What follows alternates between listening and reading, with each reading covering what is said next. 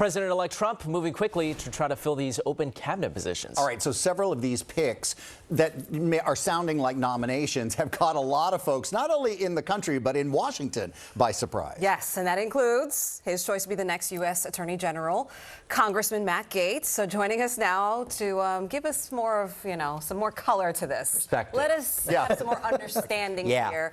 John Santucci, executive editorial producer. John, so how is President-elect Trump's decision to nominate Matt Gaetz being received? Because we know that he has so much controversy surrounding him.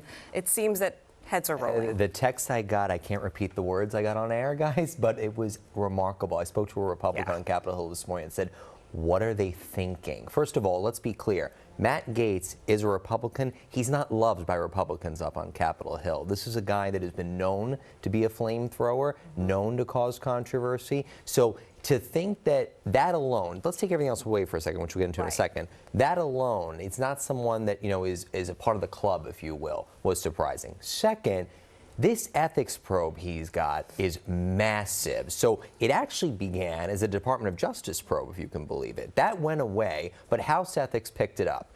It has been going on for months. They have brought in documents, records, witnesses. And let's talk about the witnesses for a second.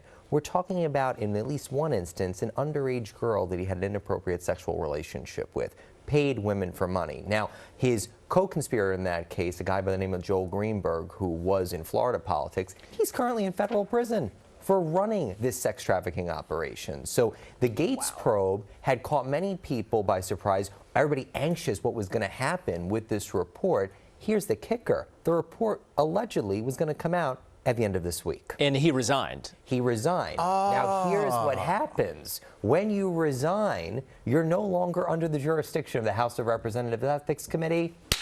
Report goes up in flames. So we'll and never gone. see You're never going to see it. Unless somebody leaks it, which, hey, it's Washington. And the Department of Justice already declined to file charges, so it was really the House Ethics investigation that people were looking to find some details. But can I just ask one thing, Mike, even before you do that? But like Lisa Murkowski has even said that if they were looking at him for a cabinet position, they would want that information. So could that information still live as he's a nominee? 100%. And here's the thing. The information and the people involved are out there. The names of these women have been out there. When you go for a Senate confirmation hearing, a Senate body has the power to subpoena. They can bring people forward for testimony. They bring forward character witnesses, talk about the individual. So maybe Republicans won't do that because it's Donald Trump's nominee, but Democrats sure will. Yeah, and to that point, you mentioned a lot of Republicans are raising a red flag.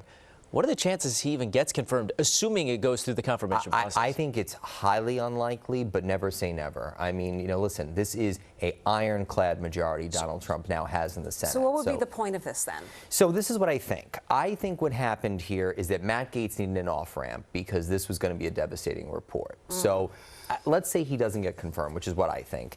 The road splits in two directions. One, he wants to go run for Florida governor. That could totally happen now. He doesn't have any ethics probe on him. Move on.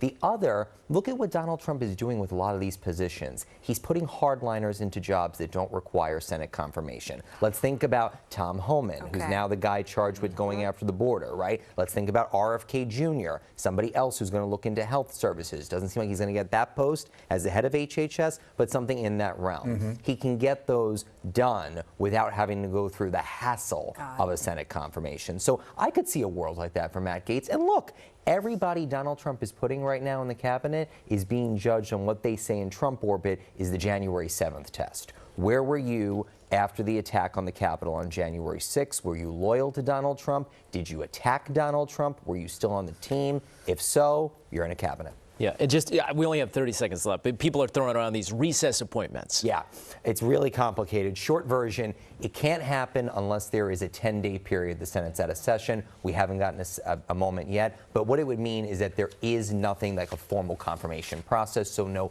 drama on TV. I'll certainly be watching it closely. So good. I love these conversations. Very good. I now feel like one of the smartest guys in the room. Thank you, sir. Thank you, Thank as you, always. John. ABC News executive editorial producer John Santucci. Always appreciate the perspective.